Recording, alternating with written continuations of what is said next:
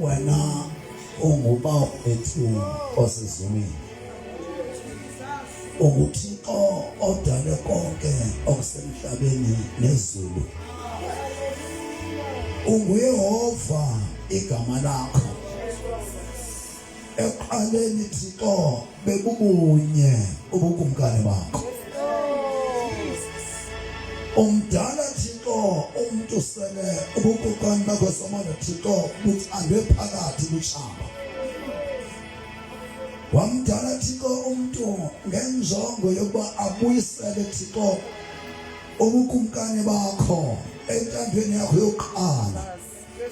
Kodwa ngenxa yesono Thixo wami esangena ngochaba umkile Thixo umuntu kuwe. Athi umculo wasewisele somandla ku-81 uYesu Kristu wabona uluntu lonke luwesonweni. Imiphefumulo yonke ihleliswe wasikwa imfesane engummangaliso. Wathabathela kuya lonke ihlazo lethu. Thixo thabathela kuwe namhlanje lonke ihlazo lebandla. Ngenxa yegazi Thixo wami lika Yesu Kristu eselaphalala kuze sixole Thixo wami izono zethu. Ngenxa yomthi wehlazo asilindele ihlazo Thixo wami elingaphezu kwehlazo lonyana wakho Yesu Kristu owema phambi kwamakhosikazi phambi kwabantwana Thixo wami ejajini. Wayesusa ihlazo Thixo wami. Susa lonke ihlazo Thixo elembethe ibandla lakho. The entire body of Christ for your glory in Jesus' name. Amen. Singachopha phansi bangcwele. Akwaku Thixo angemenza namhlanje nindiphulaphule ngendlela esikamoya. Xa ndizawushumayela isermon enjengale ndiye ndithi olithiyane osisizalwane sam angaboni ithiyane namhlanje. Umntwana wam endimzalayo xa ndizawushumayela imessage enjengale ndiye ndithi angaboni tata wakhe, kuba once abone utata wakhe kum uzawuphoswa ile message. Unkosikazi wam ndiye ndithande andizawushumayela umyalezo onje ndithi angaboni indoda kum, angaboni imyeni okwakaloku nje ambone umyeni emva kwecawe, because angaphoswa naye esajonge iziphene zomyeni ngexesha lokusebenza komzimba womyeni usebenzwa nguThixo for his glory. Therefore nonke niyandazi ngokwendlela enindazi ngazo differently.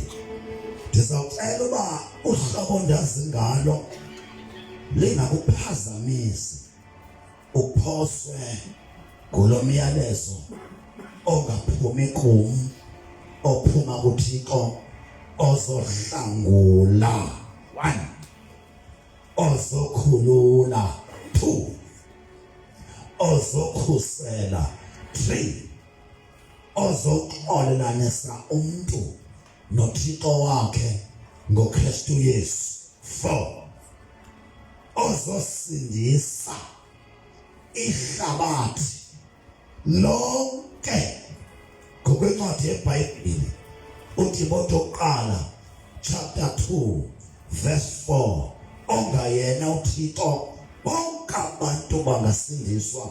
Sithetha abasebhareni bakumyalezo, abasezimbuthweni zabagxeki bakulomyalezo, ebebesegwadana ebusuku abane uthi kanti ngoku basijoyinile bakulomyalezo.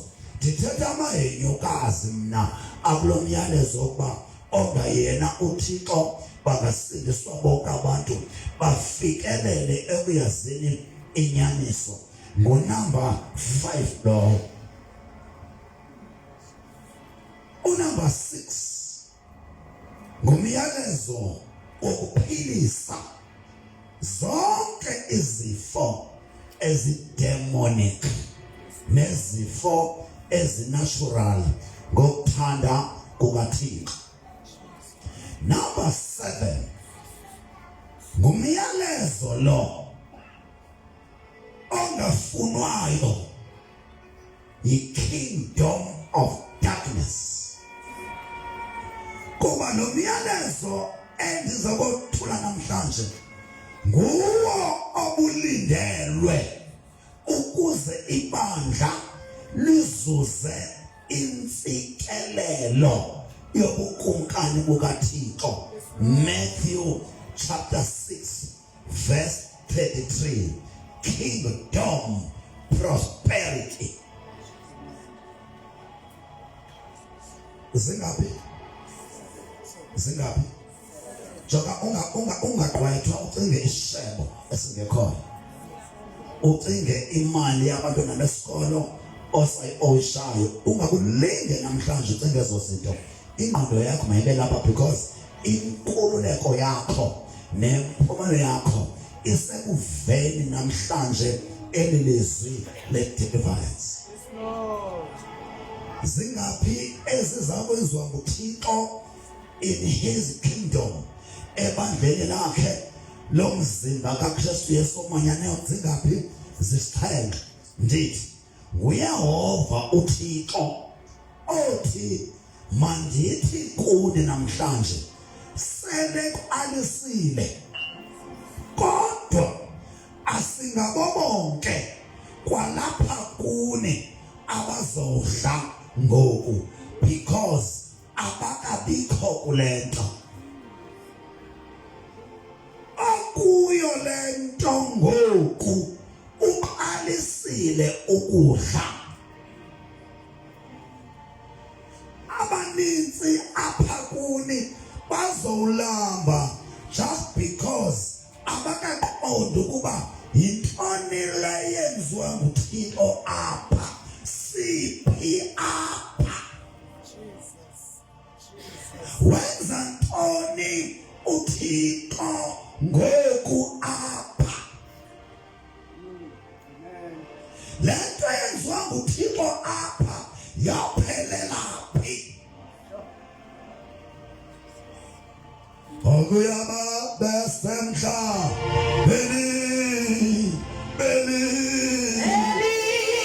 la inje besi bebanteselwa sisi liko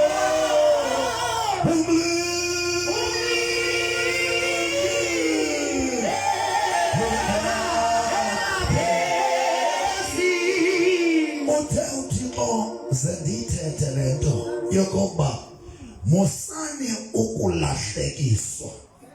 Ayinoxesha lokushiya ibandla elinikwe lo mbono eli. Makadunyiswe ukhokheli kalo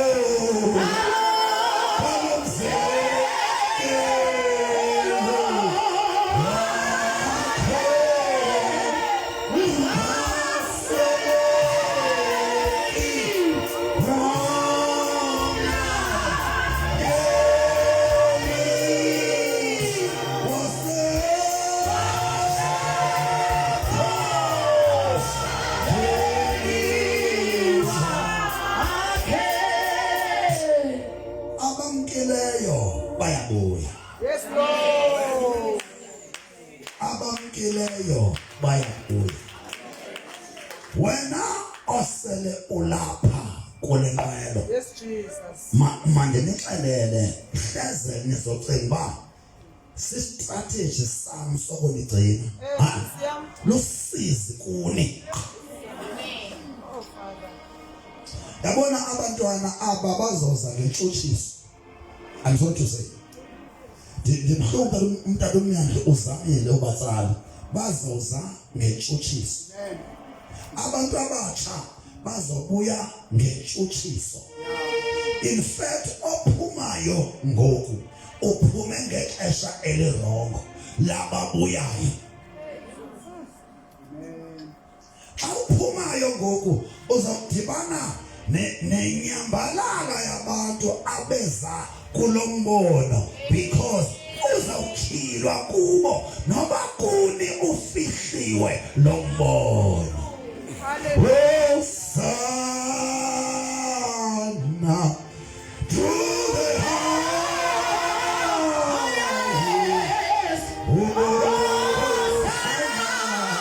Hosanna to the King. Jordan, noba ubupostile bami oyabukhanyela, kodwa kuni nina aba ndikumpostile. Madunyiswe ukhokheli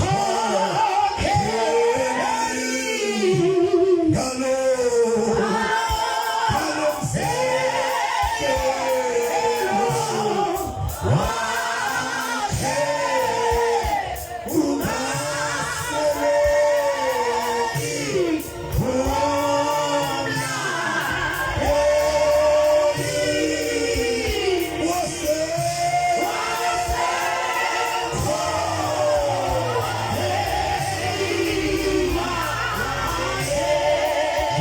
nolandele ekhondweni lami. Singayiculi ingoma niyicule isitawe ngubani olandela ekhondweni lami. Ubusalana ukude ubuthongo ndiyakugqibele izolo ngo-22:40.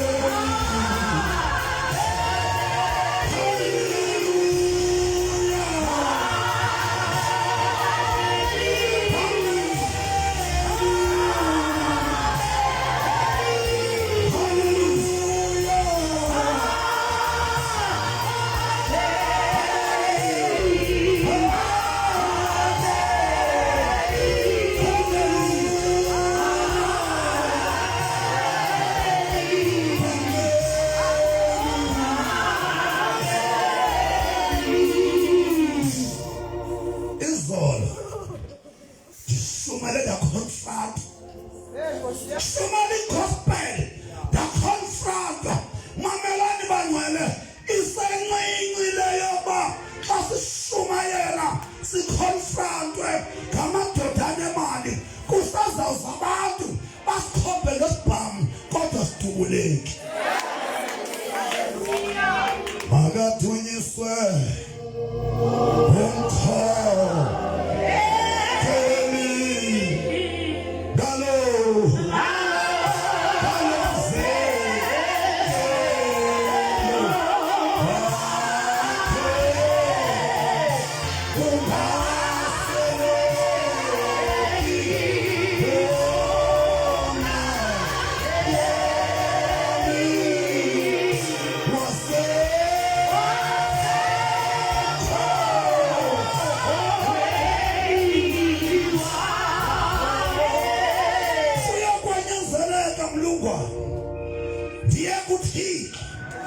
ndiyoxelela indoda ethe ngenxa yemfundo yadela uThixo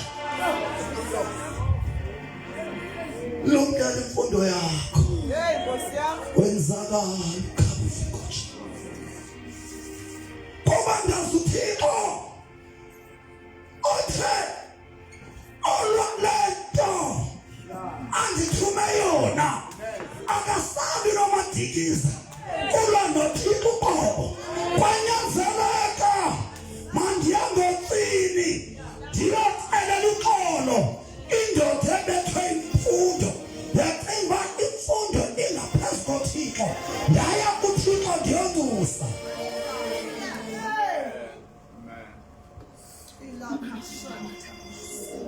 Jabani anizondeva xa ndithi kuni mna Gcobani Patrick Madikiza andinalo utshaba olungumuntu wenyama negazi. I know my enemy. There is only one enemy that the Lord has told me. This enemy was once a cherub by the name of Lucifer. He sinned and was dumped to planet Earth where we all belong. Then nguye utshaba lomntu. His name now is no longer Lucifer. His name is devil. John, deliver a mystery. People who are against you can be millions and billions, but never take any one of them as your enemy. I'm sure let me tell you, it's my joke. What makes me to differ from other people?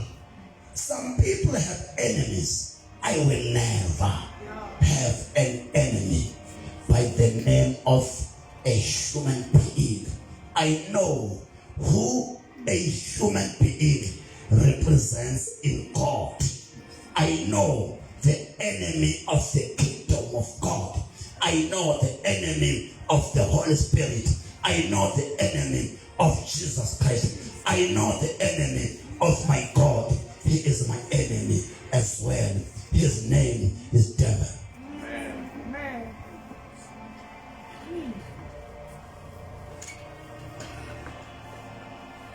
Nende mamele. Uba ufuna ukuhamba noThixo.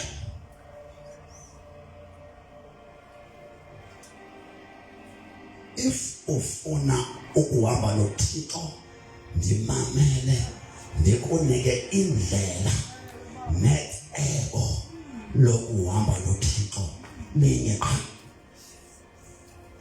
Uthando kaBaba lumsekolwandle ubanzi luthulu thulile lona luyaze.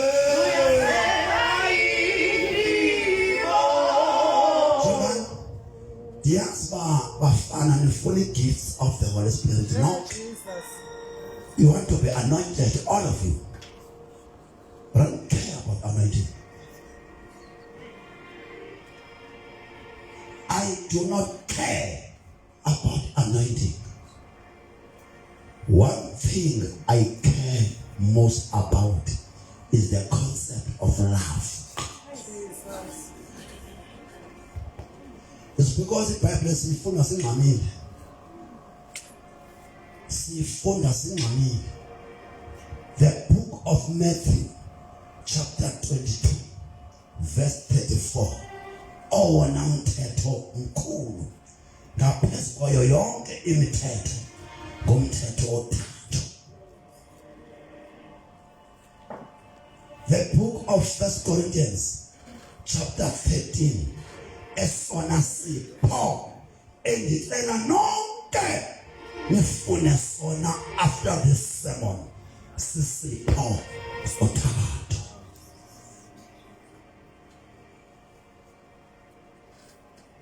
1 Peter chapter 4 verse 8. Uthandano lokugubungela yokhikitha yesono. John chapter 13 verse 34. Dineshiya nomthetho omtsha wokuba nithandane. Amen. Romans chapter 13 verse 8. Romans. Ungabinatyala ntwini ngaphandle kotyala lokuthanda. Usafuna intshumayelo ndithi because ngumuntu. Leyo thando intshumayelo ayifuna lutshaya. Uba kunentshumayelo uThixo awande anointela yona. What if mntanam you want to defeat devil, preach the message of love. Ndizodestroy namhlanje uSatan ngothando. Ndizodestroy uSatan ngemessage angasoze ayithande exelela abantu ebonisa abantu into uThixo engunumber 1 kuzo zonke izinto ezibhalwe eBhayibhelini. Ndiphendela lezondaba kahle. Into engunumber 1 kwinto yonke ebhalwe eBhayibhelini luthando. Bible masibhalwa lithi gcwele izinto ezimnandi. Jongani kwilist yezinto zonke eziseBhayibhelini. Kulist yonke into elilizwe likaThixo in the Bible kunumber 1 phezulu luthando. Why this? I want to prove it unto you. Kwitrinity sino God the Father. Iqala nje iTrinity iqala God the Father. Ilandele God the Holy Spirit. Is a God, who God Jesus Christ. Who God of Holy Spirit. Ngophi apha ku God. Who God endiqale ngayo. Who God the Father uyaqala ndithi asithi xa uthi I love you uthi I God you. When I say I love you, I say I God you. Amen. Amen. Amen. The book of 1 John chapter 4 verse 8 and verse 16. God is love. Therefore, ndivumeleni kuyo yonke into eseBhayibhelini ilizwi eligumelela kwanto ebhale eBhayibhelini lelizwi lokuqala elingubani elinguThixo. God is love.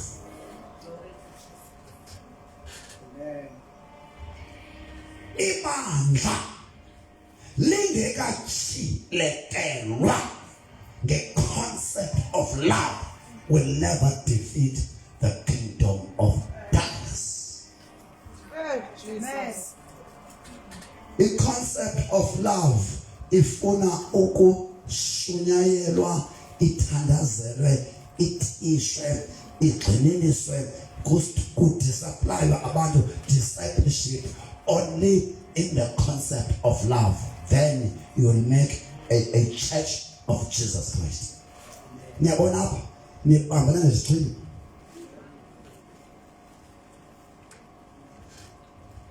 Niyasolana. Nibambene ngeziqhimo. Ningangathi niyathandana, fake.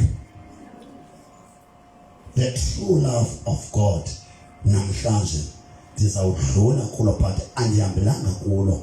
My main concept namhlanje ndizothi kutheni xa uzowulontshwa uAfrika back to God in Amtata intshukumo yokumnyama inje. Ndidlula nje kulento apho ndiyakhona nge-31st kaJulayi ka-August bhala phansi umuntu wasePassport. nge-31st ka-August ndizawumisa imvuselelo ka-All Nations Hamba Vangeli Prayer Revival in preparation for the launch of Africa back to God in the Bible way from Cape to Cairo eMthatha ngomhla wesi-5 kuSeptemba 2026.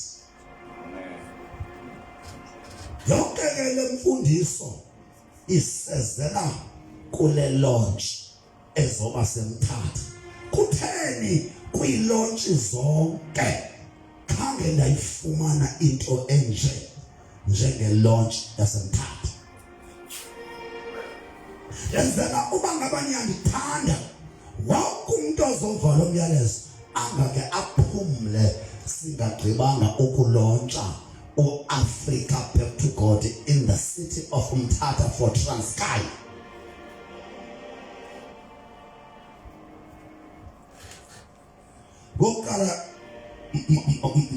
You must wonder why silontsha for Transkei.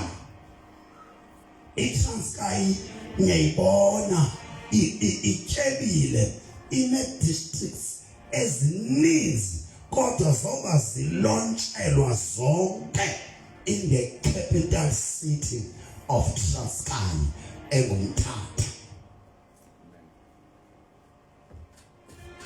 Then, unlike Cape Town, unlike PE, unlike East London, Eastern Cape igcwele ngabantu abaninzi ezilalini, ezidolophini. Idolophu zaseTranskei zininzi kakhulu xa zihlanganiswa neCape Town ayilenzi ixesha. Idolophu nelali zaseTranskei zininzi kakhulu neBhayi xa zihlangene ayilenzi ixesha. Idolophu zaseTranskei nelali xa zihlanganisiwe nemoti esilontshe kuyo ayilenzi ixesha. Why uSathana engonwabanga kangaka xa kuzolotshwa uMthatha for the entire former Transkei?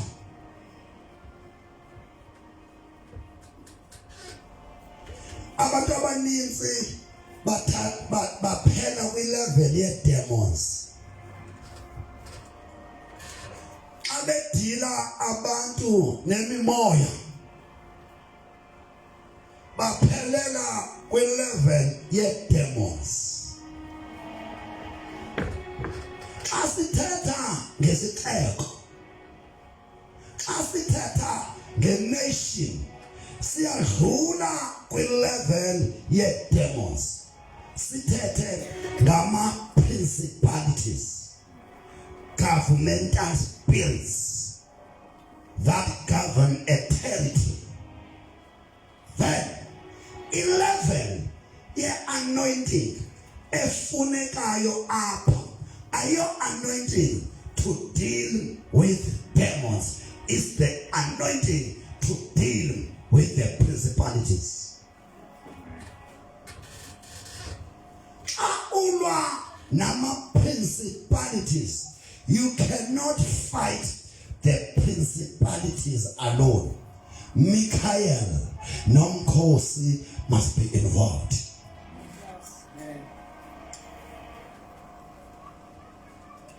By your own strength as a Christian, whether you are so holy, legally, spiritually, once you engage yourself in the battle with the principalities, kumele uThixo abekhona so that anike imandate uMichael nomkhosi wasekhaya ayokulwa kunye nawe idaba. Abazalwana baphelele kwi-knowledge yokwazi amadimoni levels, spiritual dimensions. Asasiteta, forces of darkness, powers of darkness, principalities. I go my demon or big son to me talk. To deal with such principalities, the Lord must honor you. Get grace, a special grace. Without such a special grace, you cannot defeat the principalities in your area.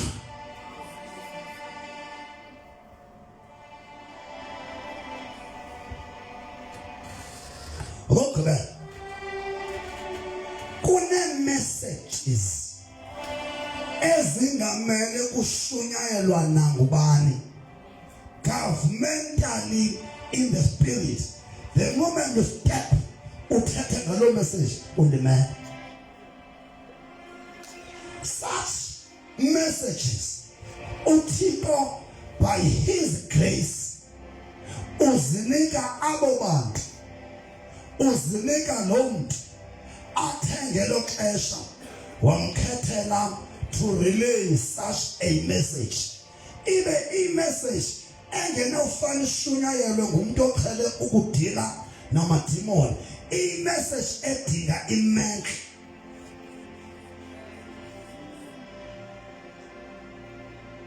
Nikhona? Come close. Lento engizoyithetha ayikho eBhayibhelini but ilapha kum. Awufunda izwi lenkosi.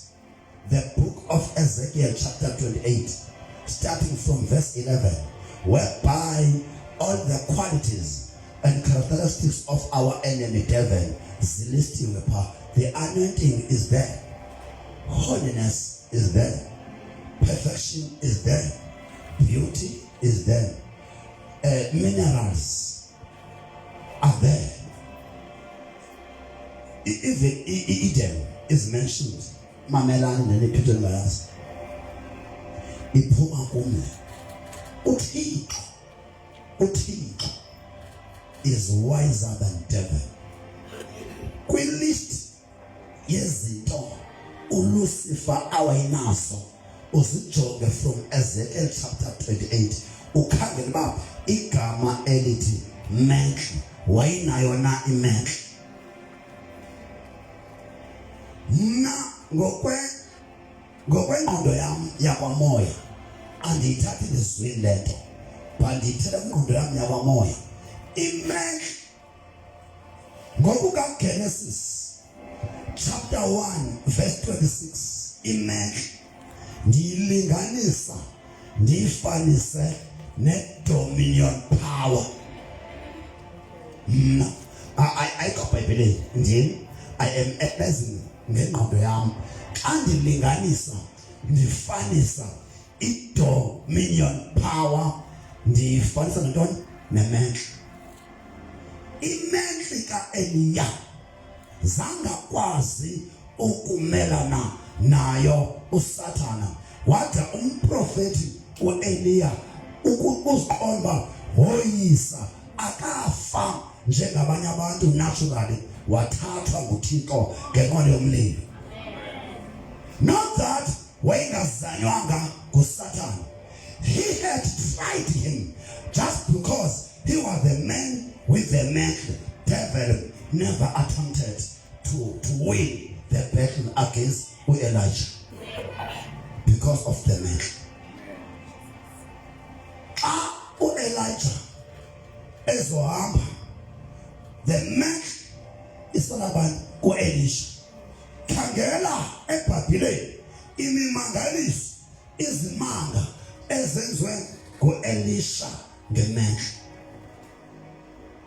Yona nto ke ndiyifanisa ne-dominion power kuba ekudalweni komuntu into uSathane eyenza uba amonyanye amcaphukele umuntu zezintathu. One, ukudalwa komuntu ngokwe-image kaThixo kungekho angel, ngisho noMikhayeli, ngisho noRafael, ngisho noGabriel abafani noThixo. Abasilwelayo bazisa into zethu Gabriel, the messengers from heaven abafani noThixo. uSathane uqobo, as he was an angel, was never in the image of God. Masivuke ngoku. Yintoni eyenza uSathane amonyanye umuntu? Ngubani yintoni eyenza uSathane into enomuntu ayicaphukele ayonyanya? Ngokokude nabantu abasebenzisayo abangama-Satanist, abangama-Antichrist, abangama-devil worshipper, amagqwirha abathakathi, abalibali ebathanda, uSathane soze amthande umuntu. The fact that you follow the image of God that he never tested, David will never love or like a human being. Now a Satanist udlala ngawo akawathandi, uyawa abuser, uyawa misuser. Now a devil worshipper udlala ngawo, uyawa abuser, uyawa misuser. Wenza ngathi uyabathanda but uyazi ba sele benendawo yabo abalinde kuyo isihoko esingenzelwanga yena, esingenziwanga for abantu. Isihoko senzelwe uSathane, not abantu, but akafuni kuba yedwa. Uyazi ba wonke umuntu osebenza as a Satanist, as an Antichrist follower, as a devil worshipper, oligqwirha umphakathi sele elungiselelwe isihoko ekungekho mnandi esihokweni. Noba abantu baqevetha babusemnandi emhlabeni, xa selufile ubona inyaniso ozomkhumbula uthandi. Shonokama umtsoke yambile. Niyabona? Ibulalani imfundiso yami yokunifundisa inkonzo yenhlambuluko kuba abantwana bakaThixo abaninzi bathi sebehambile bezibiza wabesindisiwe, kanti isono sithintela insebenzo kaThixo. Kuba ngaba befundisi benu abanqalali ngeyona determinant of whether you belong to the kingdom of God or you belong to the kingdom of Satan. There is only one determinant: sin.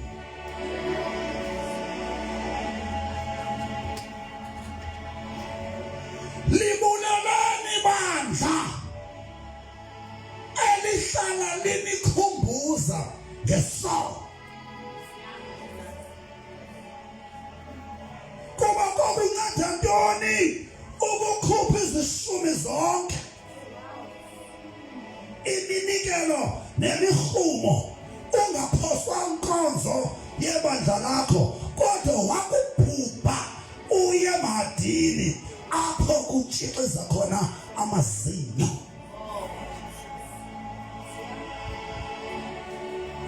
Oh, phuzayo kulawa manzi, Kulawa manzi, oh phuzayo, oh phuzayo, kulawa manzi, kulawa manzi,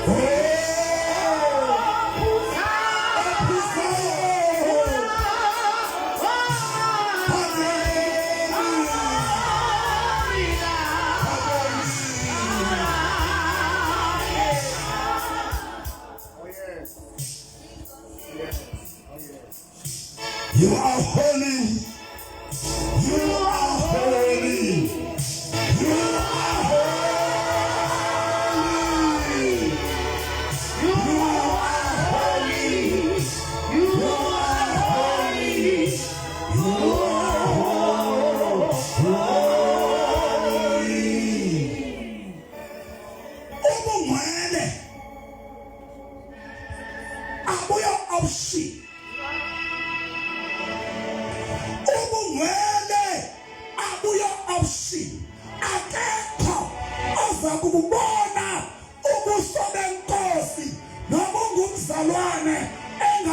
engaphulukanga efele esonweni.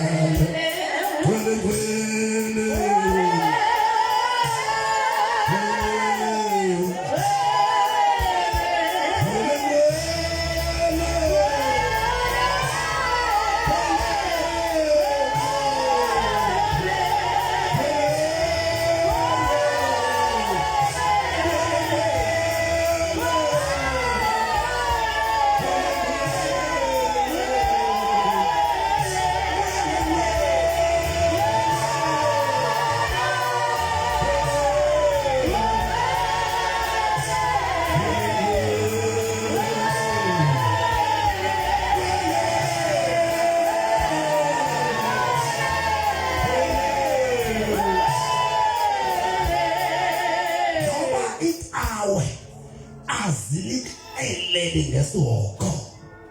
Isihoko sikhona.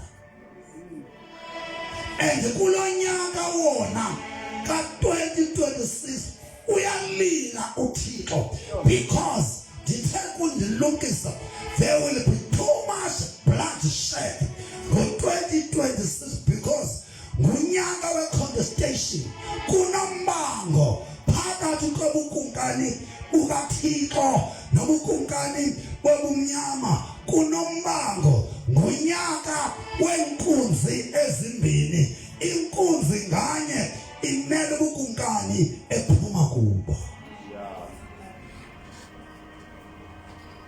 Up to now ngoJuly how many souls from January up to now ezife kwi-bloodshed zingena Yesu baphi abo bantu lithini bandla?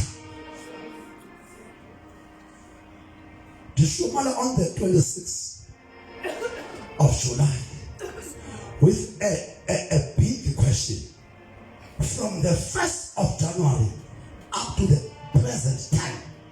Abantu abafileyo eSouth Africa through bloodshed ababaleki asazi from now to December xa ibandla lilele kanje kobe kufe abantu abangakanani ngengozi ngegazi.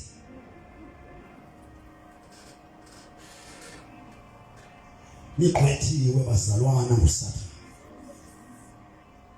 nilahle eyona yona njongo kaThixo ngensindiso ongayena bangasindiswa bonke abantu bafikelele ekuyazini inyaniso. Athi kuJohn chapter 14 verse 6 ndimi indlela ndimi inyaniso ndimi ubomi akukho nomnye noma ukweyiphi incawe ozoya kubawo engayingam nomsindisi.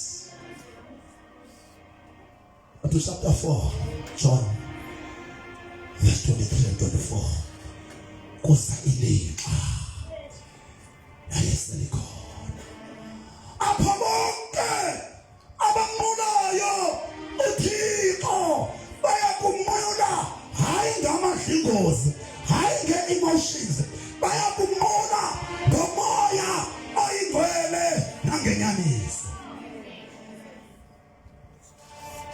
John chapter 8 verse 32 naniyakuyazi inyaniso yayinyaniso yangikhulula shumela inyaniso kathathu shumela inyaniso kathathu the outcast and the rejected because of the gospel of truth of Jesus.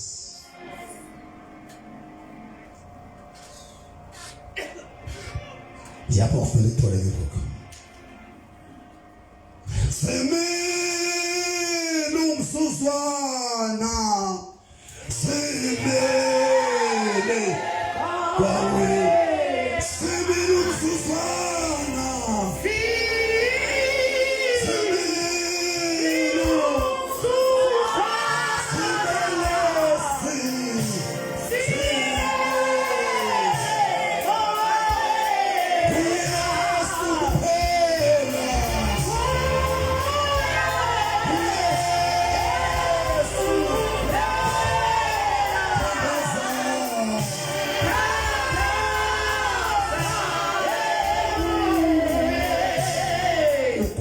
into mntaka ga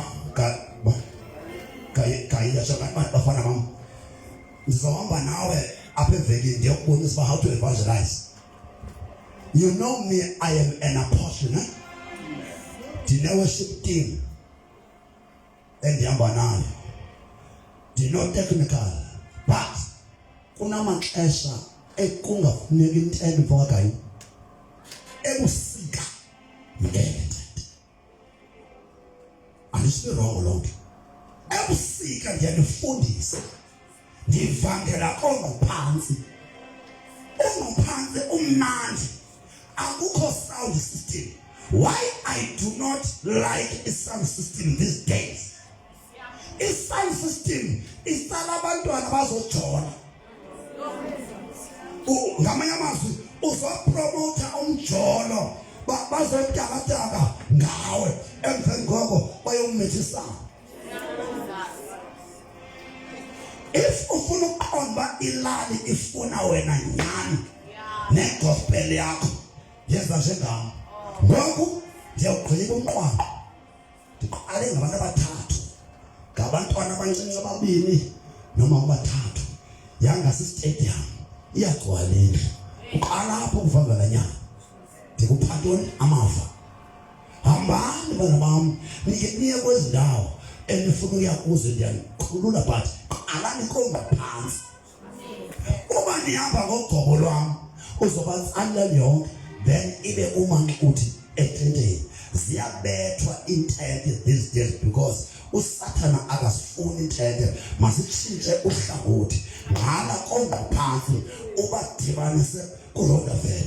Baba linani elithile bazawuxelelana bona awusamarket intente iyazimyakaitha ngabo. Ndiyakubanyana khamba ugcobela loo nto. Khamba basafuna isystem enkulu.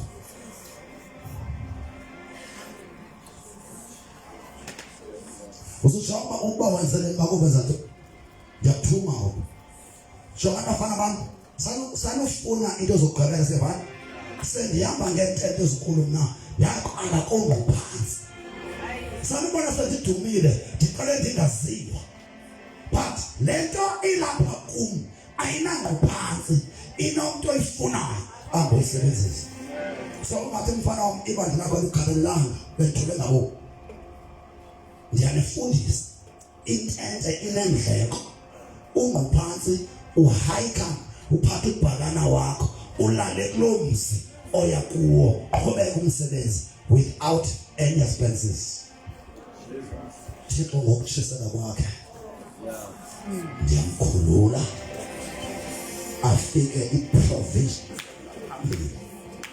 Othunywa uThixo akasokoli, akahambi ngengqiqo, akahambi ngengqondo, uhamba ngamandla wakho. Thixo lingahlazeki izwi lakho ngaye, lingahlazeki igama lakho ofimvaba Thixo, ukuze Thixo wam le nto izuze abaninzi. In the name of Jesus. Jongan, afan. Jongan ini phela ke nje ngahlani phansi. God bless you. Jongan. Yonke into xa sekufiwe nizakuthuswa ngabantu eningabaziyo abavangele emfihlakalweni, abavangele entsithakalweni, bengaqhwathwa zizandla kodwa bewine imiphefumulo emininzi. Because xa sesibuya yo qala manje noma ngimphela kanye kodwa umzuzwana into eningayixelelwa yona inye ngibambe ibhala phansi. Bhala lezi zinto, bhala on top eternity or the eternal life. Eternity or eternal life. Ngezansi kuka eternity or eternal life ubhale kingdom of God. Ezansi kuka kingdom of God ubhale the body of Christ. ezantsi ko body of Christ ubhale local church.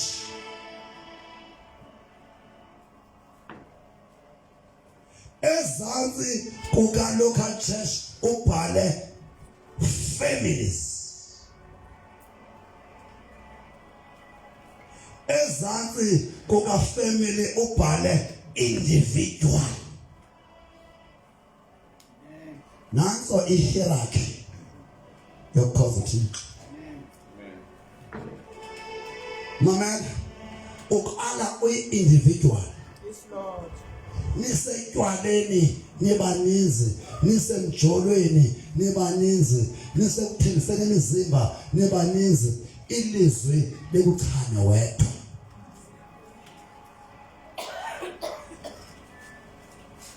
Ukubuya kwakho uchanele ilizwi, into yokuqala emele ba uyayenza wenza uTimotheo oqala chapter 5 verse 8. Wakugqiba ukusindiswa ungumzalwana umazi uThixo uyazi inyaniso. Into yokuqala wenzayo nguTimotheo oqala chapter 5 verse 8. Uthini? Uthi uba ngaba umuntu akabakhathalele abakhe ngokukodwa zona zakhe ululahlile ukhono. Nkosi yami. Suqala loshumayela ngaphandle. Child begins at home. Lethwa ngamatye ifamily yakho, yonyanywa ifamily yakho, ashukelwa ifamily yakho ngokuyiguqulela uYesu. Emveni koko bakuphice phume ngaphandle. Amen. Jesus. Yes, Lord. Xa uphuma ngaphandle ukhangela abathetha njengawe, ukhangela abakoyi, the church.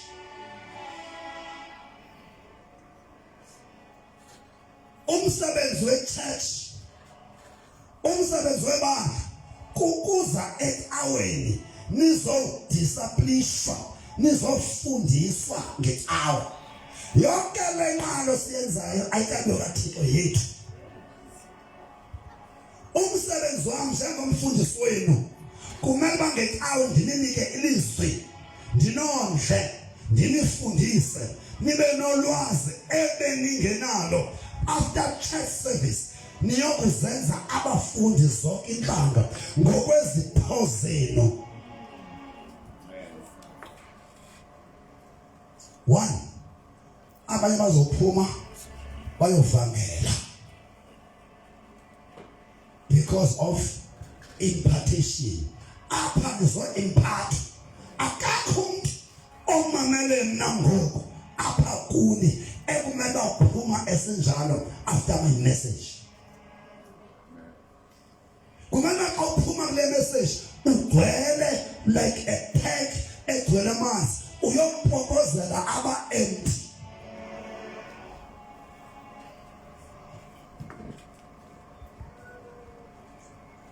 Andimkanga tana u-launch of after back to God emthatha kha ayondawo inkulu leyo. Ndifuna nje uqala kanti niyale ndinifundise nazi baxeshane ngoku. Iihour zabethwa. Iihour zicaptured. Most churches are captured. Yintoni i-capturing of a church? Kukungenzi eyona nto esibizelwe yona nguThixo in the church. In the church kunabantu ababizelwe okokuba bazomamela so that bayothandaza ngengxaki zebandla. Bakuba bevile baye ekhusini bayothandaza. Abo bantu ngama-intercessors enza umsebenzi wokuvangela intercessory.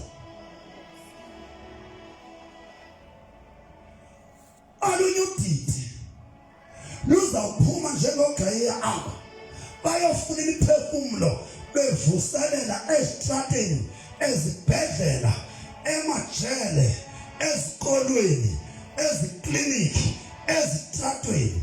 Ingamavangeli, the soul winners. Abanye bazokwenza umsebenzi wokuvelela abo bathe sebephakathi kwethu asaphinde sibabone.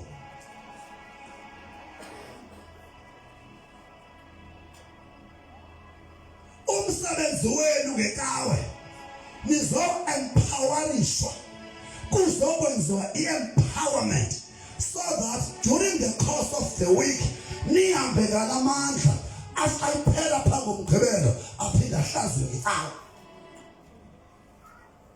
Nibizelwe utriple V apha nizele ukuba nizogcwalisa ii-vessels zenu for triple V. Vangela, velela, vuselela. Ongayena vangasiniso ngamanye ngamndoda John na andifane ndithethe qha nike ndineke you may want uba ngumntu onjani uMatekisi Jordan andinayo i-waste yamazwi okuthi sendive into ezinkulu ephesibhodi ndiyogossip because ngegossip ukhupha amandla.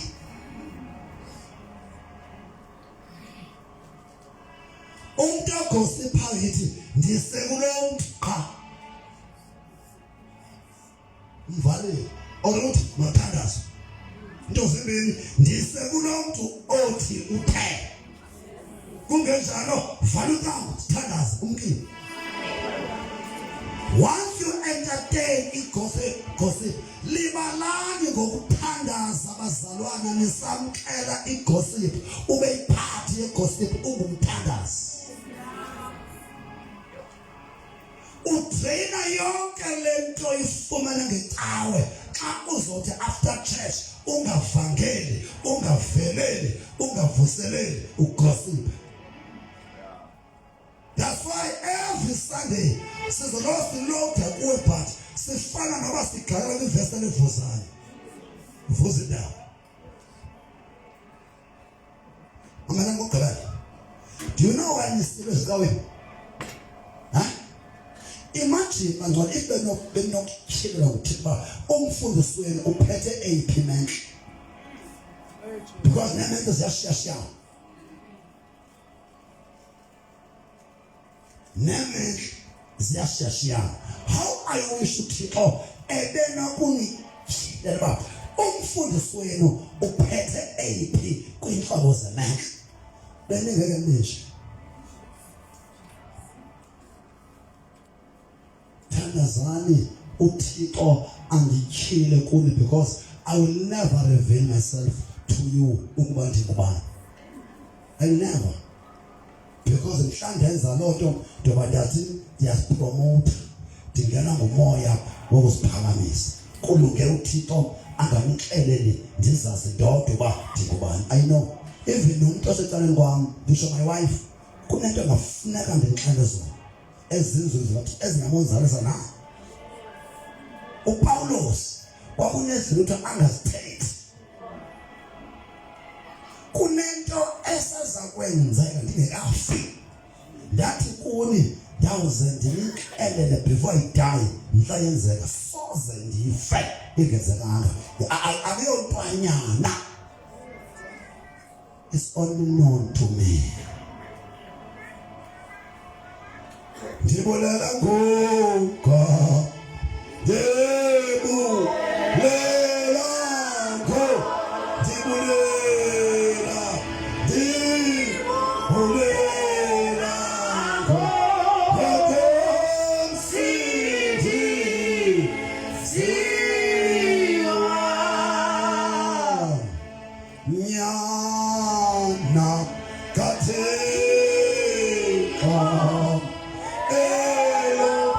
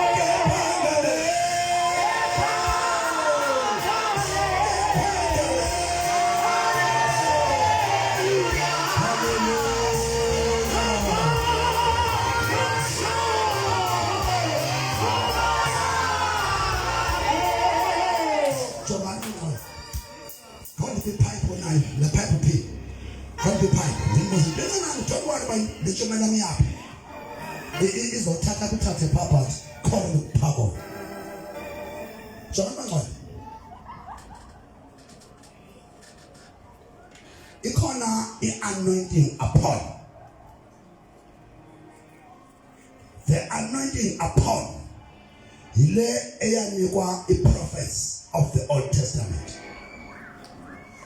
akufika uKristu esibaptiza ngomoya wakhe Christ the anointed one sayifumana yahlala ngaphakathi kwethu intambiso ithi iBhayibhile 1 John chapter 2 verse 18 nina ninentambiso evela koyitwe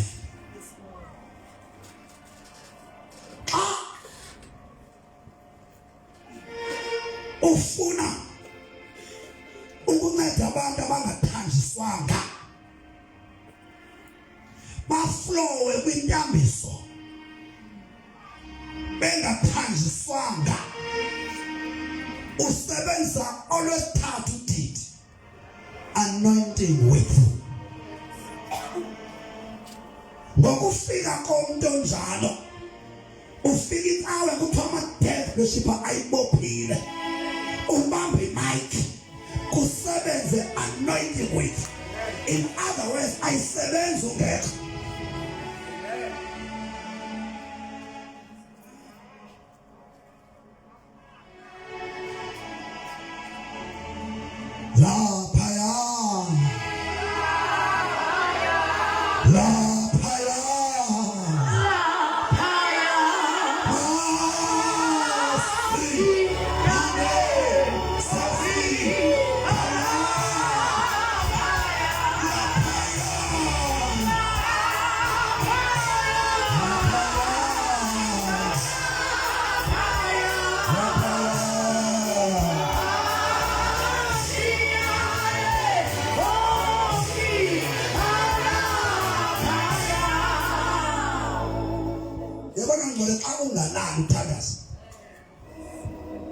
I'll tell you this.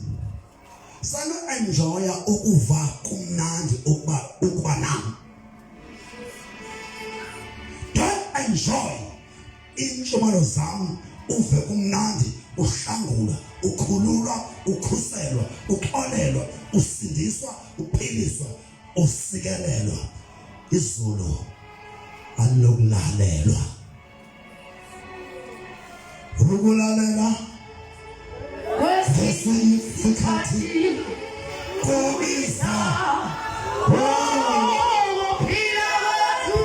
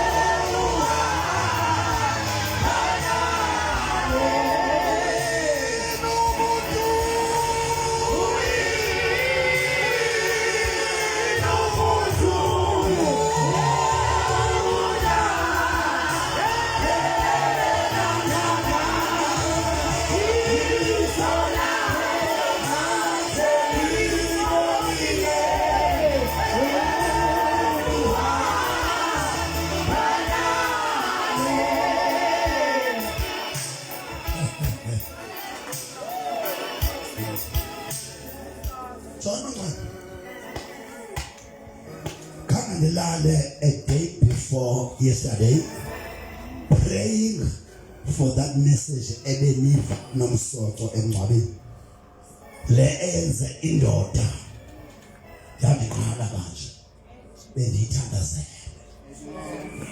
Aleswa bani ndibonile I spoke with authority go MM lo municipal manager but not in my territory. Amen. Ungumeya kwindawo yakhe. Yes. Oh yes. Yeah. You cannot confront God ngesihlalo sasemhlabeni. Uzakala kawufikho.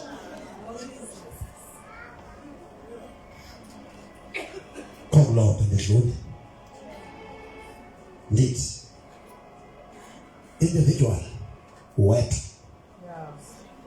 After njengoba manje uThixo anincede. Kutheni icala kakhulu. Niva imessage ezinje. Nilibandla lesprofeta apho kuthatha into esiphezulu but kutheni zingaziwa apho engangenizwe. Umsebenzi welizwi ukuba niligcine kuni bangcwele nibalani ngoba nifumana promotion kuThixo. Eyona nto efuna uThixo, we are all soul winners.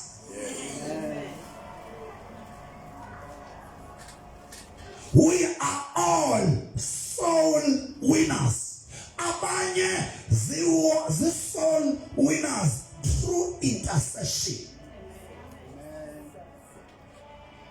Abanye the soul winners through giving. Abanye the soul winners through worship. Abanye the soul winners through ushering people entering into the tent. The manner of approach besizentente. This usher banabam usher target number 1 because abantu abeza benezigulo wena usher some of them we are part of before bathandazela. I-usher kumele iphile impilo engcwele ithandaze. Ama-usher amaninzi alinyazwe kukungazi ubu-usher okokuba xa ungu-usher ungu-target number 1 because lo mntu akakahlanganiswa nomfundisi somphethe ngesakhe sakhe. Jesus. Hallelujah. Okwesibili, i-usher must be like umuntu osebenza efemini oyi-receptionist.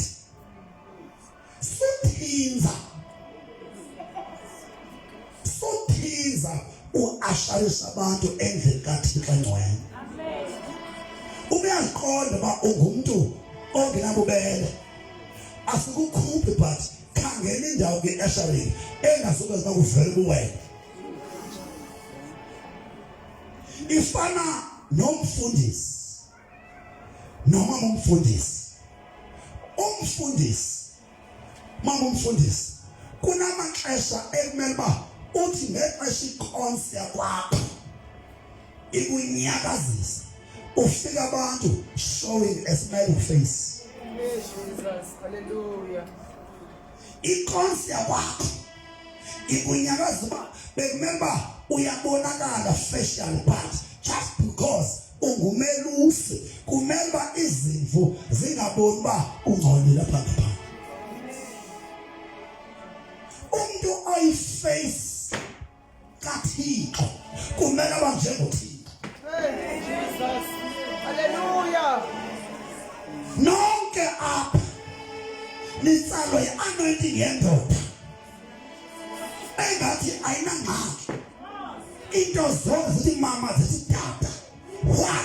Ndiyazi uba eBhayibhileni ithi ogcina umlomo wakhe akhuphe ilizwi ngokulungisa uyayinonelela yonke imisebenzi kaThixo bangcwele. If you want to win amahanete, have a smiling face. Amen. If you want to win amahlamete, impuma mlomo yakho mayibe sweet. Isimo sikhaka. Amen. Isimo sona sikhaka, but into ephuma apha ibe sweet. Yeah.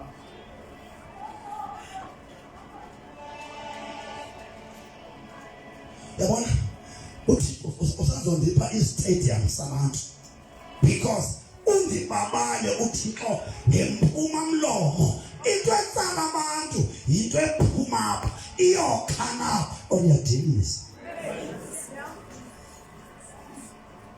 ibandla alakhiwa ngegifts zodwa zakhiwa nangecharacter. Igift without character ifana nokutya okumnandi okuphakwe ngesitya esingcolileyo. Hey, Jesus. You rather have character without a gift than to have a gift without a character.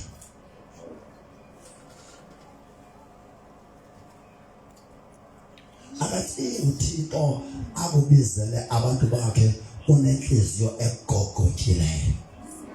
If ufuna abantu uThixo azisa abantu bakhe kuwe ube ne-following. One, lungisa ukuthetha enhliziyo yokuthanda abantu abangamele ukuthandwa nanguwe. That's leadership. Amen. Disho ngabombi ecawini because you'll be leaders one day.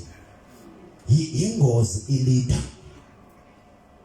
Yingozi ileader emlomo wayo ubahlabayo.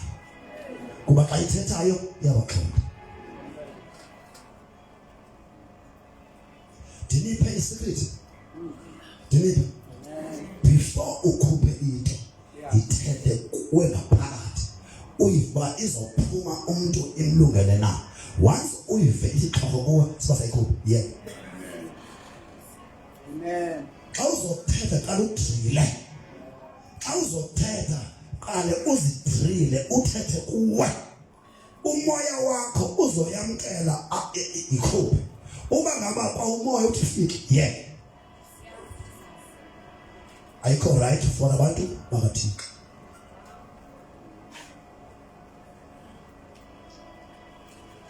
Individual. 2, the family. 3, local church. Umsebenzi local church zifolo winners. Local church uphuma ngaphandle beze ngaphakathi bathi ishwe ndini. That's why kumabandla amaninzi akekho umfundisi ngaphandle kwalowo ongusenior pastor oshumana kakhulu. Lento yami yomnika inyanga yomama mayingabulo siko mhla ngithe umbo wami kum ningake nilinge nithi hayibo inyanga yethu ayisebenzi kanjalo. Xa ngibona ngenyanga yenu bayafa ndiyawuthatha umbo. Jesus. Andinofelwa libandla because inyanga yomama. Ndibe akukho kwamyalezo apha bayaphuma abantu because abakho kudla. Jesus. Hallelujah. Inyanga abantu abatsha kukufundisa abantu abatsha but xa ngibona uba the more iqhubeka liyaphela ibandla uxutha umbono.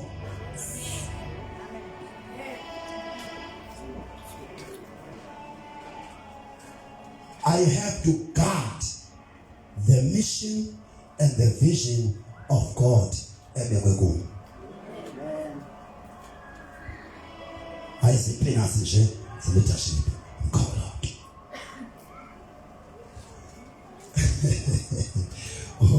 Udiba wathetha into edazimfundisa. I wish to understand ba ungubani. Siyakudinga but sikaqondi that uchilele. Zininzi izinto enibiza ispeaker disazi bathixo if they knew mkholo. Hallelujah.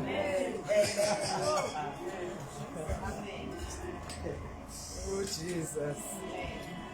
Ndi bathixo ngoku nimameleyo ikrish Oh, kandinyamezela oh Jesus. wafuna ndithobele ndingabe ngutata ongathi udla yedwa, but nidla ntona after nidla into engaka kuba iphuma ngaphandle nobe namakhashu. Khona Amen. hamba nikhonisela nje bathandazana ubuze Thixo, who is to be the speak. Sanijonge first into utata ba buzana ngubani uThixo orathi for lento sidingayo. It may not be me. Soze ndithi mina ndim ethi uThixo ngubani, but sanujonga umphandle nive umuntu ethetha kanti umoya waloo ndawo Jesus. awufani nomoya wenu. Hallelujah.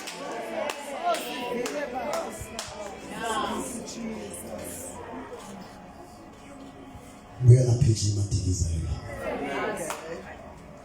uthelekile, utheliwe, ushiliwe ngabantu, indoda enomvandedwa akhona sifo. He's my brother. Tinjengaye. He's my brother. Christ is my brother. Andikupe. Don't worry about the dialogue. Mna ubawo wethu osezulwini andishonje ngani. Ndinesizathu sokuthi tata ndiyinkwenkwana nonzama engaka, ndidlala ngasemhlanje ekhaya, ingca ihlaza kusehlotyeni, utata omningi wena xhobonga ngale xande elipheshukileyo likekeleyo lasekhaya, andibize uMasakhane, tata wam lo Masakhane. Agcobani tata ke besitotanyana wena sibe semathi nokuba sitoti ke obububi ubengamnqonda ehleka utata. Tata was ube ne sense of humor utata engumangaliso, wathi wayofa.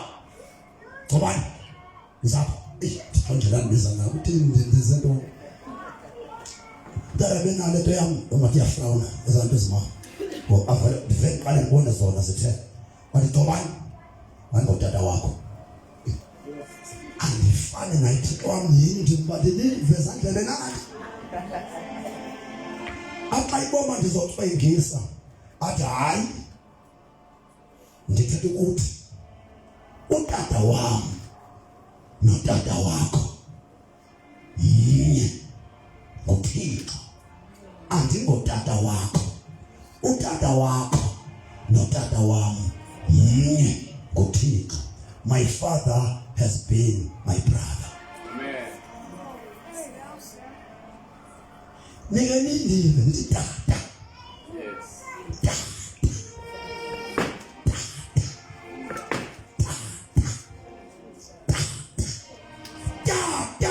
Tata wam. Noba besekuyiphi indawo kuyanyanzeleka athi he's my son. Therefore, Jesus is my brother. If Jehovah is my father, Jesus is my brother. No wonder udeliwe, ushiwe ngabantu, indoda enomvandedwa akholane nesifo ndimlo andikholonto phofu.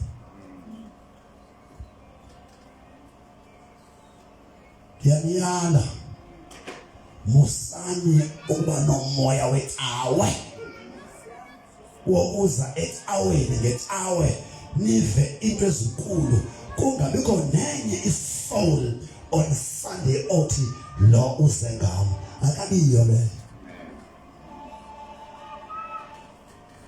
If awubavangelanga khawungene emizini ukwazise nje uba ndizothandaza, awuzuvangela ungengomvangeli. Hayi mnelwane kubeke kuba ndizothandaza. Hayi mama kubekho bethi ake sothwalisana ubuzima bakho uvangele ngendlela yakho. But ngoke wentshoko yami sovala emveni koko nidwale nizabuya Sunday iphele tu idliwe intoni ngamagononda endlela, because anisebenziseli intshumayelo for the kingdom of God. Nifuna ukuva nazi ningenzi into. Ingozi ulwazi olunjengolu dinika lona xa luzawuhlala kuni lungasebenzi umthole elifuna uzoza ngendlela erongo because kunento kaThixo enokudubula ngayo ongadubuli wena adubule qala.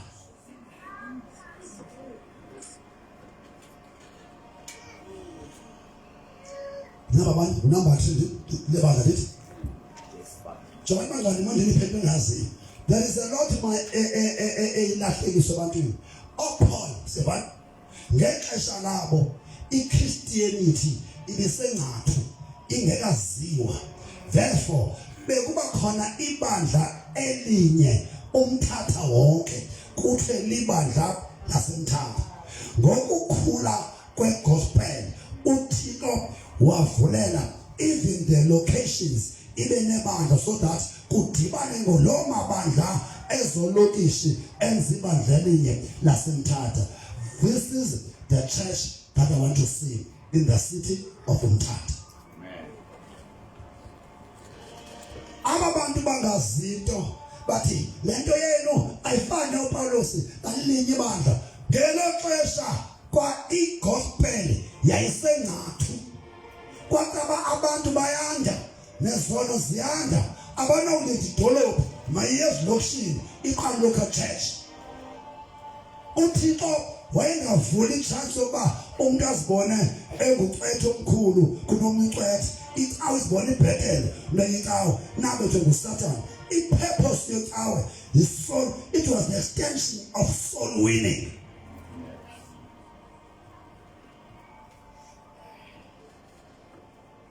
When God allowed many churches, he was extending soul winning so that having won those souls, you gather them together into one body of Christ. Amen.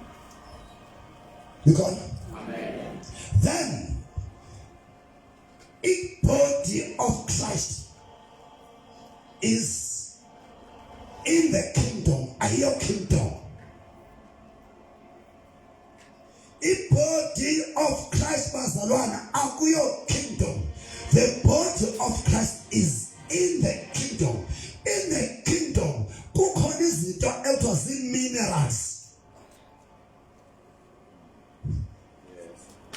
Yona uSathana enqhatha sihlupheke. Kunezinto zobukumkani ezingengobantu ezimele ukudliwa ngabantu ebukumkanini ziyi-part of the kingdom. That's why ndishumayela kuni kingdom prosperity. Prosperity in the kingdom. Remember the body of Christ in the kingdom. It humble with prosperity in the kingdom. Look on the back. Amen. Look on the back. Amen. Will you see that? Oh, okay. Look on the back. Amen. Never teaching. Young girl. Good enough. All right. Individual. Amen. Individual. Amen. Local church. Body of Christ. Kingdom. Mamela. Leo kwebe. Eto eternity. Ilenga shukelwayo yona. What about eternity? Njengoba uMamunzonge singcwabile last week elandela abanye wonke umsebenzi ebewenza eselenyama uphelelwe. Ukubhubha kwakho wonke umsebenzi wobukumkani bukaThixo ebekumele uba uwenzile waza awawenza. Uyava? Then asibuya kula eternity akusekho points ozazifumana kulandwa imisebenzi yakho owayenzela ubukumkani bukaThixo usaphila ngalomzimba. Ukungalali kwami ndithe kuni ndivuke ngo-20 to 40 ndayothandaza till I came to you. Iyabalwa lanto ebukumkanini as points. umuntu kumele abe no 10% wokuthandaza each and every day. U10% wokuthandazo ku2 hours 40 minutes every day. Abathandaza ashuma. Jonga ngani kufuneka ishume nomnikelo ndiva. Nasemthandazweni sinesishume sinomnikelo. Isishume emthandazweni yi2 hours 40 minutes awukanikeli usashumile cha. Then our extender 3 hours 4 hours sele ingumnikelo emthandazweni. Kulapho ke uThixo eva kamnandi khona when you give ngomthandazo. Imali ngixelele in the pipe of people. You're going to wash man and now washing this on us. So I'm going. Never let go. Yes. I'm so shana. Awuthandaza ibale phesha epipe. Asithi konke igade ezovela ngapha laba into ezokungapha. Nobani into ezovela nobani phepha. Asithi hlambulukani. Asithi mawuhlanjululwe. Thetha ukuthi uyayibona mose ipipe la ne? Amen. Isono sithintela insebenzo kaThixo.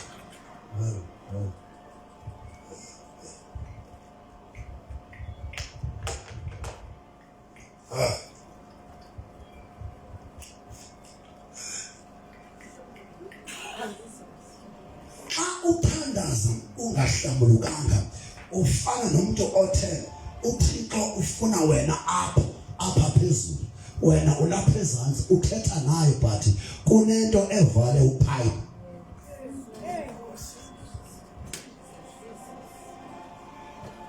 Lento ndinixela ngenhlambuluko. Inhlambuluko ivula upipe ukwazi ba uconnect noThixo uthi hello athi yes misa.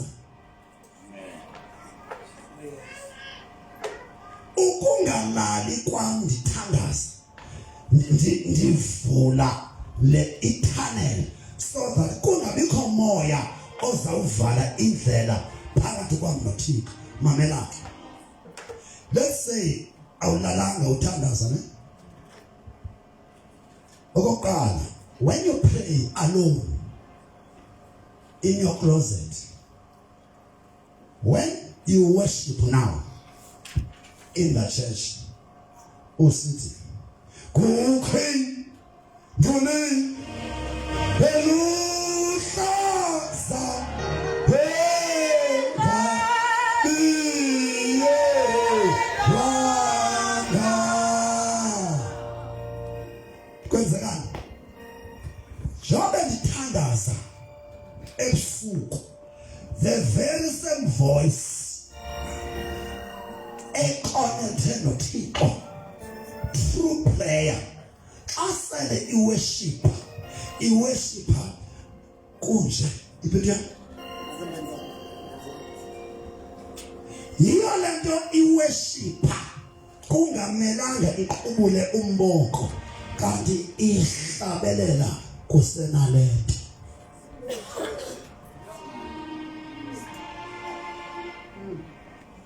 Lento dinikhuthazela inhlambuluko. Once uthandaze ungahlambulukanga umthandazo wakho uvalwa njengalento ungaphumeli. Sanda sikayof asesifutshane wasingasilisi nendlebe yakhe ayinzima kodwa ivalwe ineshebe. Mr. C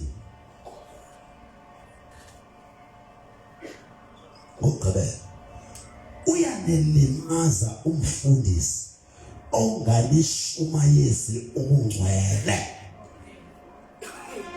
Uyanelimaza umfundisi onganixeleli ngepower of sin. Power of sin yoyiswa power of confession of sin. ayikho into onokususa ipower of sin except confession of sin and repentance. Akayifuni uSathana into ekuthiwa yi-confession of sin and repentance, because yenza okokuba izinto zakho zikhawuleze. Uzonibonisa uba xa uthandaza uhlawuloza lento ipoqe ushume nje. Ikhona. Right. Lastly, andifuni bangcwele ukunganiboni ezulwini. Andifuni nindondla kangaka ngezishumi zenu ngemali zenu, kodwa ndibe nesithukuthezi seningekho nini. Lento ezawubenza ba ungabikho usindisiwe.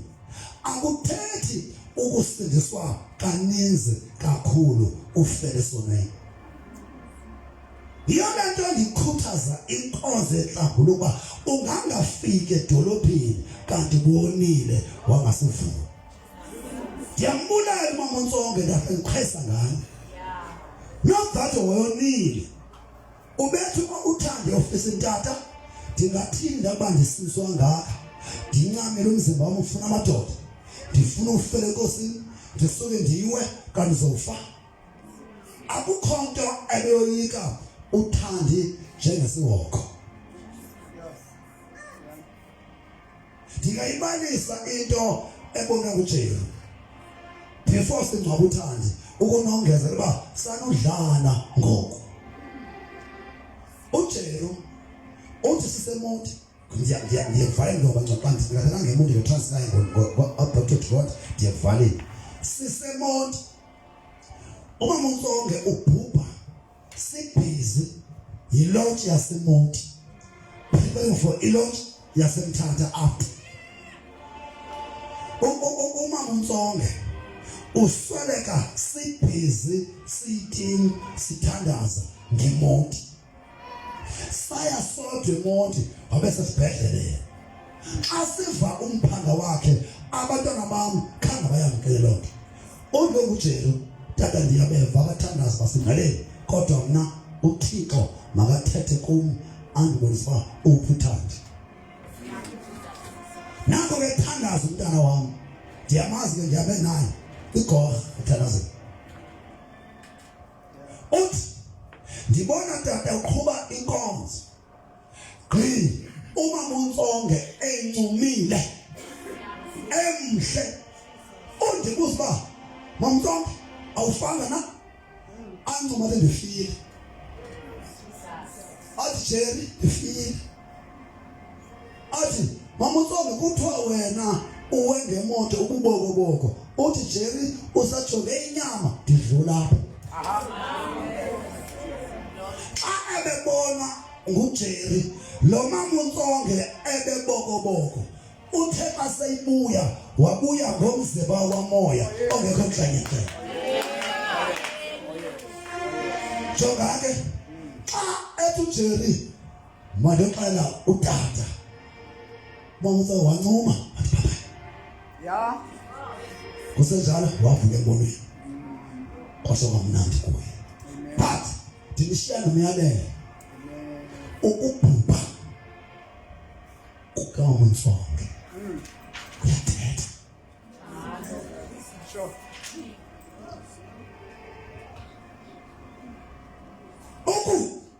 Ukufa kwakhe kuhamba nokuvuswa kwebandla. Sure.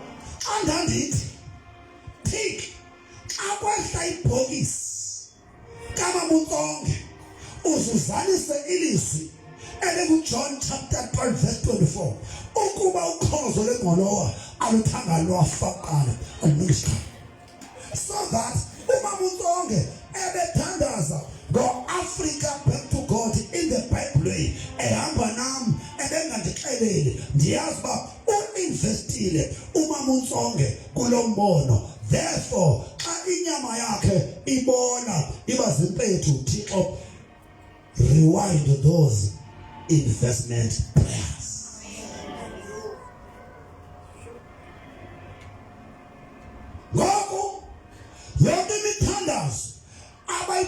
abazileyo notata uNtsonge noMadikane sidla yona kuba ukhozo lwengqolowa ubathanga luwe emhlabeni lufe uqondisa but kuba thina sibu ukufa kwaMntsonge andifuni ukuphika bekhona umuntu ozawubeka isandla sidleleni uyazilibazisa kukufa okuprophetic about the church awakening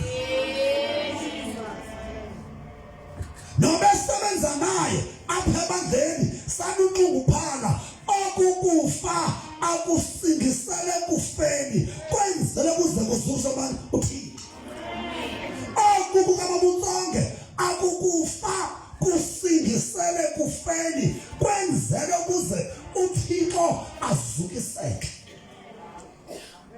Afu John chapter 12 uKayafa ezibangumlingeli lonyaka athi anazi na ukuba kumele kushabalale umuntu abe mnye ngenqabanizi ukuze singashabalali andithi ke kube yisacrifice but kuthizwe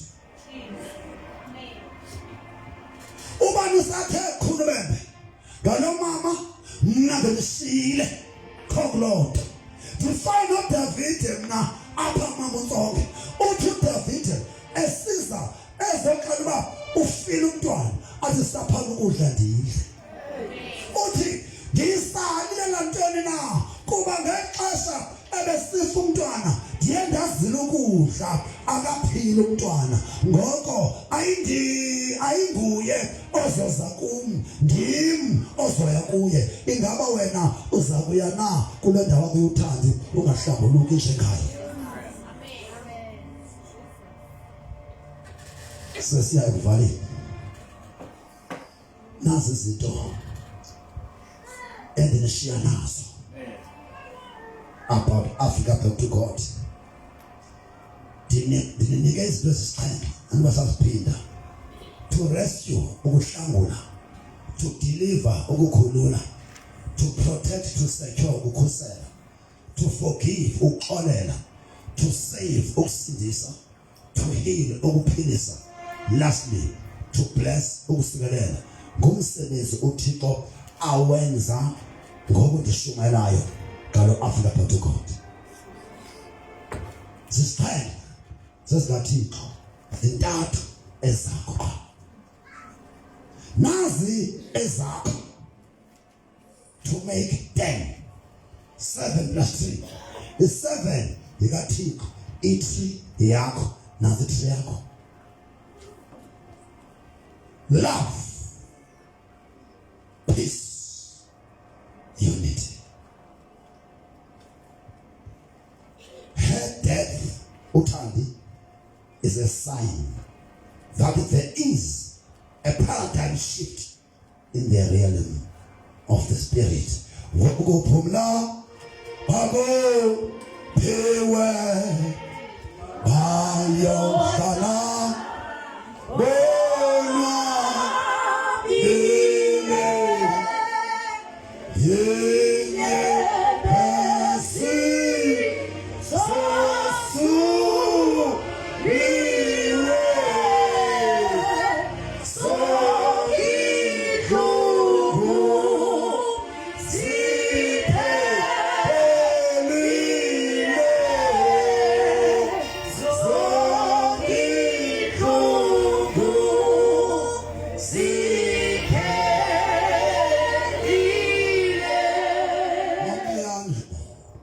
ndiqhibile ukushumayela to disciple the church. Ndizawungena kwi only 30 minutes yes prophet about Africa back to God. Why launch in Namtata?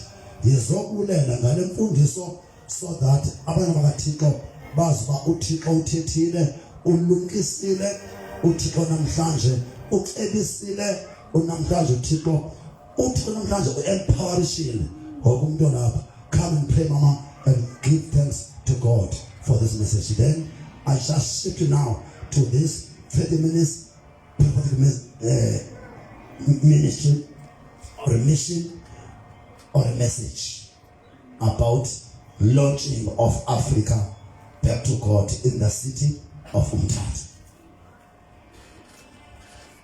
Thixo ka-Abraham, Thixo kaYakobi, Thixo kokhokho bethu, Thixo katata wethu uTata uMathilisi. Mzali wethu siyabulela Thixo namandla. Izwi lakho Thixo wethu liyasifundisa. Izwi lakho Thixo onamandla onke liyasimisa. Izwi lakho Nkosi liyasiqondisa.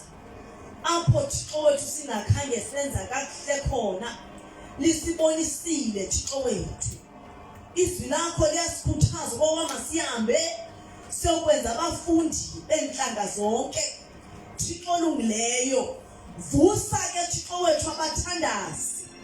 Vusa Thixo onamandla onke abantu abazawuphuma bayolanda abantu bakho baka-VVV. Thixo olungileyo, vuselela uthi Thixo wethu ngaphakathi. Khipha Thixo wethu for us. Kuze Thixo wethu izibingelelo zaseChrist body zihlale sivutha. Thixo namandla onke siyabulela ngezwi lakho elidlayo Thixo wethu, elikhululayo, elikhuselayo, eliphilisayo, elixolelayo. Sibonga uthando, sibonga unity in the name of Jesus. Father, siyabonga Thixo wethu, sithe Nkosi umsebenzi wakho uqalile. Qhubeleka nje Thixo namandla ukuwenza ngegama likaYesu Kristu waseNazaretha we pray. Amen. Cela ngoni mamele this prophet